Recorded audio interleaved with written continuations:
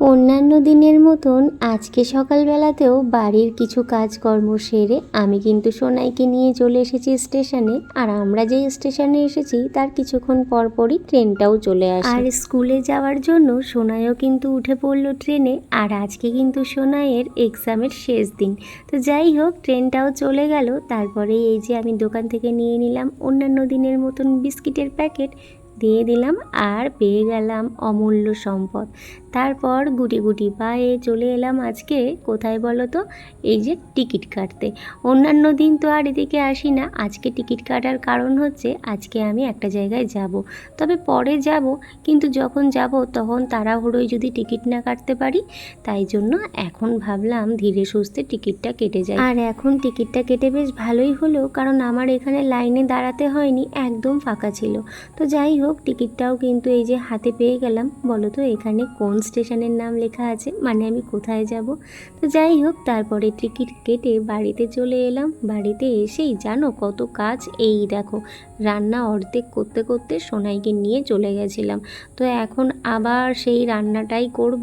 তো হয়েই গেছে মোটামুটি তরকারিটা, এখন শুধু আর একটু ফুটিয়ে নামিয়ে নিলেই হবে। আর এদিকে ভাতের জলটাও আমি রেডি করে গেছিলাম, সেটাও এখন বসিয়ে দিলাম। ভাতটা বসিয়ে দিয়ে চলে এসেছি ওপরের ঘরে, কয়েকটা কাজ রয়েছে সেগুলোই করব। আর দেখো আজকের আকাশটা এত সুন্দর লাগছে, কয়েকদিন বৃষ্টির পরে আজকে রোদের দেখা পাওয়া গেছে।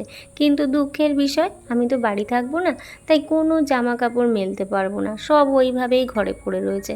তো এদিকে বিছানার চাদরটাও কিন্তু সকালে আমি তুলে দিয়েছি, এতটা বাজে লাগছিল, ভালোই লাগছিল না। তারপরে এই যে বিছানাটা ভালো করে ঝেড়ে নিচ্ছি।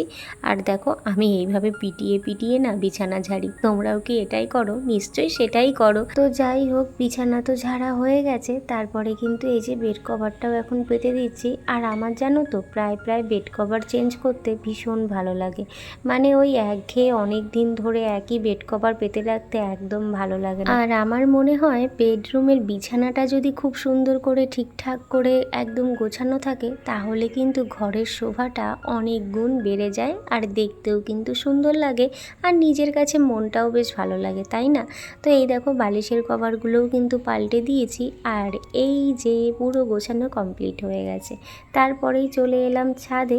আর ছাদে এসে দেখি আমার ছোট্ট জবা গাছে কত সুন্দরীরা ফুটে রয়েছে, দেখো কি সুন্দর লাগছে। আর কি সুন্দর একদম পিঙ্কি পিঙ্কি হয়ে রয়েছে, এত ভালো লাগছে দেখতে। তো কয়েকটা সুন্দরীকে আমি তুলে নিলাম ঘরে পুজো দেব বলে। তো দুজনকে আমি রেখেই দিয়েছি, এতগুলো ফুল ফুটেছে, ভাবলাম সব তো তুলবো না, তো দুজন সুন্দরীকে আবার গাছেই রেখে দিলাম। ওদিকের সমস্ত কাজ সেরে চলে এসেছি আবার রান্নাঘরে। ভাতটা যেহেতু বসিয়ে দিয়ে গেছিলাম, তো এসে দেখি ভাতটা প্রায় হয়েও গেছে। আসলে ভাত বসিয়ে দিয়ে তো অনেক কাজ করা যায়, আমি কিন্তু এটাই করি, ভাত বসিয়ে দিয়ে অনেক কাজ করে নিই, এর মধ্যে ভাতটাও হয়ে যায়, তারপরে নামিয়ে দিই, বেশ কাজের কাজটাও হলো, বসে থাকতে হলো না, তাই না? তারপরেই আমি কিন্তু সমস্ত কাজকর্ম সেরে স্নানটাও করে নিয়েছি। আর স্নান করে না একবারে রেডি হয়ে গেছি, কারণ আমাকে তো বেরোতে হবে, তার জন্য রেডি হয়ে একবারে চলে এসেছি। আর একটু ক্রিম মেখে নিলাম, আমার না প্রচণ্ড স্কিনটা ড্রাই, যেহেতু আমার স্কিনটা প্রচণ্ড ড্রাই, তাই কিন্তু একটু ক্রিম মাখতেই হয়। আর পরে নিলাম একটু সিঁদুর, একটা ছোট্ট টিপ, আর একটু লিপ বাম দিয়ে নিলাম। তারপরেই চলে এসেছি ঠাকুর ঘরে। সোনাই সকালবেলা ওর মতন করে পুজো দিয়ে গেছে, প্রতিদিনই দেয়, তো চারিদিকে কেমন অগোছালো করে দিয়ে গেছে। তো এখন আগে ঠাকুর ঘরটা পরিষ্কার করব, তারপরে কিন্তু পুজো দেব।